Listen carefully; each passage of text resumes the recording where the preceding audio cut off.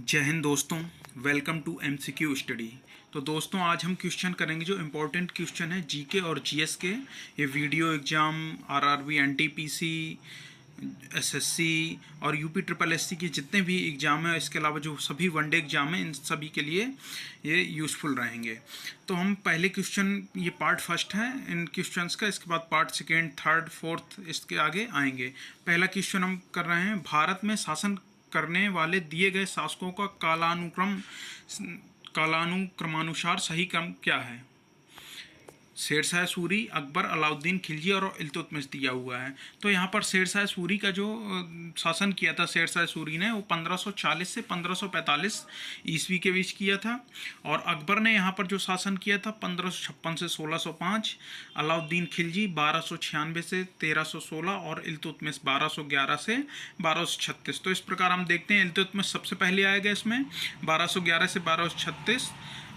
इसके बाद आएगा अलाउद्दीन खिलजी 1296 से 1316। इसके बाद आएंगे शेरशाह सूरी 1540 से 1545। फिर आएंगे अकबर 1556 से 1605। तो इस प्रकार सही क्रम जो बनेगा वो होगा 4 3 1 2। 4 3 1 2 दिया है बी ऑप्शन में, तो 4 3 1 2।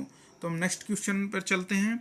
निम्नलिखित में से कौन सा संत छत्रपति शिवाजी के समकालीन थे?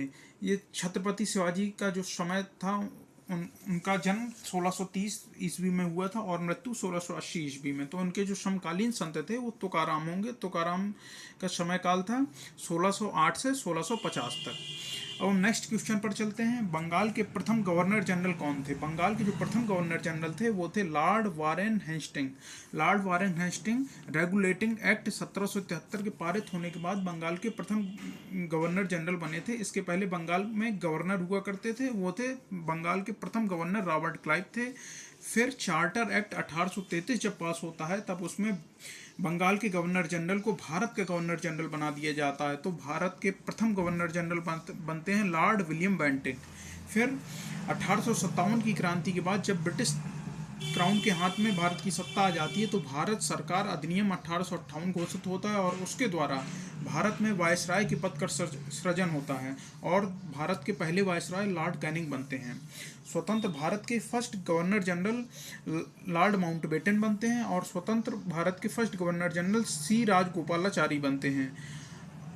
और भारत इसके बाद सी राजागोपाली के बाद गवर्नर जनरल के पद को राष्ट्रपति के पद से रिप्लेस कर दिया जाता है। तो भारत के प्रथम जो राष्ट्रपति बनते हैं डॉक्टर राजेंद्र प्रसाद। अब हम नेक्स्ट क्वेश्चन पर चलते हैं। चरक संहिता संबंधित है। चरक संहिता संबंधित है चिकित्सा से। ये आयुर्वेद का प्रसिद्ध ग्रंथ है और ये संस्कृत भाषा में लिखा हुआ है। कनस्क के जो राजवैद्य थे चरक, उन्होंने इस ग्रंथ को लिखा हुआ है। नेक्स्ट क्वेश्चन पर चलते हैं। निम्न में से कौन जोड़ा सही नहीं है? निम्न में से कौन जोड़ा जो है ये सही नहीं है? कलिंग युद्ध 261 बीसी बिल्कुल सही। अशोक ने कलिंग युद्ध के बाद ही हथियारों को त्याग दिया था और उन्होंने धम्म के रास्ते पर चलने का निर्णय लिया था। शक संवत की शुरुआत 78 एडी। ठीक है, ये शक संवत की शुरुआत कुषाण ने शक संवत चलाया था 78 एडी में और जो भारत का राष्ट्रीय कैलेंडर है वो शक संवत पर ही बेस्ड है। नेक्स्ट है इसमें मुस्लिम युग की शुरुआत 622 एडी। ठीक है, मुस्लिम युग की शुरुआत 622 एडी में हुई थी। मक्का से मदीना की यात्रा की थी मोहम्मद साहब ने अपने अनुयायियों के साथ। और ये औरंगजेब की मृत्यु जो हुई थी वो 1707 ईस्वी में हुई थी, 1709 में नहीं हुई थी। अहमदनगर के किले में औरंगजेब की मृत्यु हुई थी। नेक्स्ट क्वेश्चन है, इनमें से ग्रांड ओल्ड मैन के नाम से जाना जाता है। ग्रांड ओल्ड मैन के नाम से जाना जाता है दादा भाई नौरोजी को। दादा भाई नौरोजी की एक बुक है poverty and un British rule in India, इन्होंने बुक लिखी हुई है। और ये WC बनर्जी जो हैं ये इंडियन नेशनल कांग्रेस के पहले जो अधिवेशन हुआ था बम्बई में उसके अध्यक्ष रहे हैं। नेक्स्ट क्वेश्चन है, सन 1915 से 16 में किसके नेतृत्व में 2 होम रूल लीग की स्थापना हुई? ये स्थापना हुई थी एनी बेसेंट और लोकमान्य तिलक है। लोकमान्य तिलक के नेतृत्व में एनी बेसेंट ने मद्रास में होम रूल लीग की स्थापना की थी और लोकमान्य तिलक ने पुणे में होम रूल लीग की स्थापना की थी। नेक्स्ट क्वेश्चन है, निम्न का मिलान करें। ब्रह्म समाज, रामकृष्ण मिशन, आर्य समाज, सत्यशोधक समाज। तो ब्रह्म समाज 1828 में राजा राम मोहन राय ने इसकी स्थापना की थी। रामकृष्ण मिशन 1897 में स्वामी विवेकानंद ने, आर्य समाज दयानंद सरस्वती ने 1875 में मुंबई में, सत्यशोधक समाज ज्योतिबा फुले ने इसकी स्थापना की थी 1873 में। तो इस प्रकार इसका मिलान बन जाएगा 3, 1, 2, 5। तो ये ऑप्शन सी में दिया हुआ है, तो ये ऑप्शन सी सही हो जाएगा। नेक्स्ट क्वेश्चन पर चलते हैं। करो या मरो का नारा किसने दिया था? करो या मरो का नारा महात्मा गांधी ने दिया था।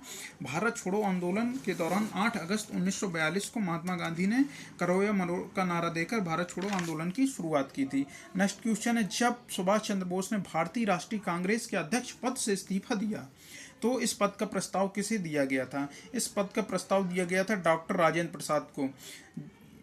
सुभाष चंद्र बोस पहले 1938 में हरिपुरा अधिवेशन में अध्यक्ष रहे थे, फिर 1939 में त्रिपुरी अधिवेशन में पुनः अध्यक्ष चुने गए और गांधी जी के उम्मीदवार पट्टाभी सीतारामैया को उन्होंने शिकस्त दे दी थी। तो गांधी जी ने इसे अपनी पर्सनल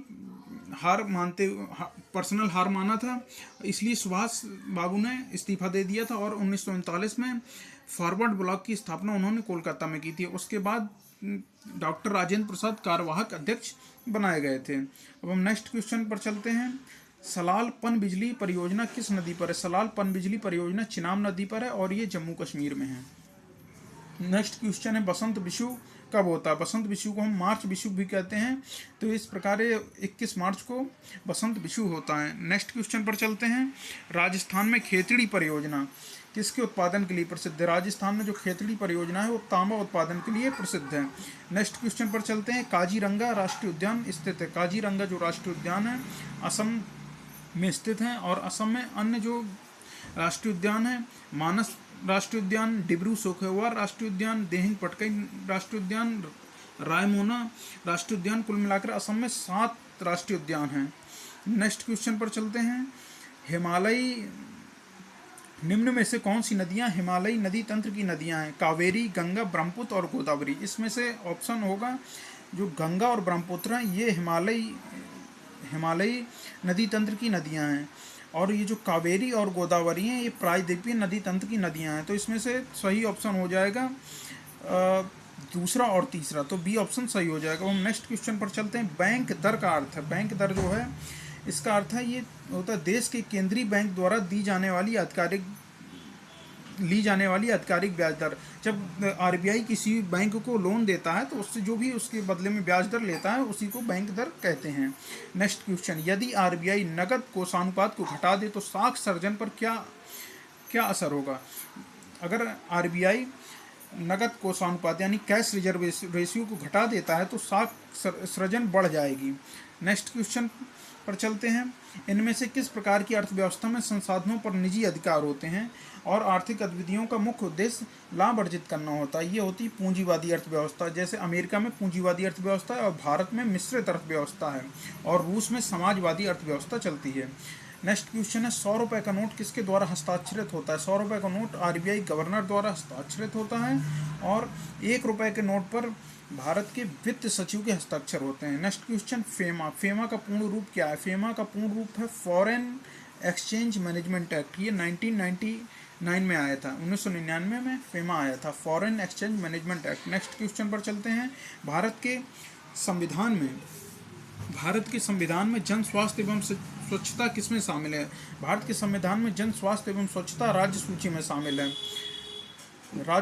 शामिल है और अनुसूची 7 में शक्ति का विभाजन किया गया है और इसमें संघ सूची, राज्य सूची और संवर्ती सूची करके सूचियां बनाई गई हैं। संघ सूची में 100 विषय दिए हुए हैं, राज्य सूची में 61 विषय दिए हुए हैं और संवर्ती सूची में वर्तमान में 52 विषय हैं। नेक्स्ट क्वेश्चन पर चलते हैं। पंचायती राज व्यवस्था किसके अंतर्गत रखी गई? पंचायती राज व्यवस्था राज्य के नीति निर्देशक तत्वों के अंतर्गत रखी गई। अनुच्छेद 40 में पंचायती राज व्यवस्था का जिक्र किया गया है। शिक्षा का अधिकार अधिनियम एक मौलिक अधिकार है जो कि संबंधित है। अनुच्छेद 21 ऐसे शिक्षा का जो अधिकार है वो संबंधित है। नेक्स्ट क्वेश्चन पर चलते हैं। संविधान सभा में उद्देश्य प्रस्ताव रखा। संविधान सभा में उद्देश्य प्रस्ताव जवाहरलाल नेहरू ने 13 दिसंबर 1946 को रखा था। नेक्स्ट क्वेश्चन है, किस अनुच्छेद में अल्पसंख्यकों के हित निहित हैं? अल्पसंख्यकों के हित जो है अनुच्छेद 29 में निहित हैं। नेक्स्ट क्वेश्चन पर चलते हैं। ठोस चालक में धारावाहक होते हैं। ठोस चालक में जो धारावाहक होते हैं वो मुक्त इलेक्ट्रॉन होते हैं। मुक्त इलेक्ट्रॉन ठोस चालक में धारावाहक होते हैं। प्रकाश वर्ष किसके मापन की इकाई है? प्रकाश वर्ष एक वर्ष में निर्वात में प्रकाश द्वारा चली गई दूरी को हम प्रकाश वर्ष कहते हैं। बेकिंग सोडा का रासायनिक नाम यह भी है। बेकिंग सोडा जिसे खाने वाला सोडा कहते हैं उसका रासायनिक नाम है sodium bicarbonate NaHCO3। Next question पर चलते हैं। 18 कैरेट सोने में खरे सोने का प्रतिशत है। खरे सोने को 24 कैरेट में मापा जाता है, तो 18 कैरेट है तो ये 75% हो जाएगा। नेक्स्ट क्वेश्चन पर चलते हैं। संतरे में बहुतायत में होता है। संतरे में बहुतायत में विटामिन सी होता है और विटामिन सी नींबू में भी पाया जाता है। विटामिन सी का रासायनिक नाम एस्कॉर्बिक एसिड है और इस विटामिन सी की कमी से हमें स्कर्वी रोग हो जाता है। तो दोस्तों आज ये 30 क्वेश्चन कराए गए हैं जीके और जीएस के, जो सभी आने वाले एग्जाम्स के लिए बहुत ही महत्वपूर्ण है। तो दोस्तों इस वीडियो को पसंद आया तो इस वीडियो को लाइक करिए, इस वीडियो पर कमेंट करिए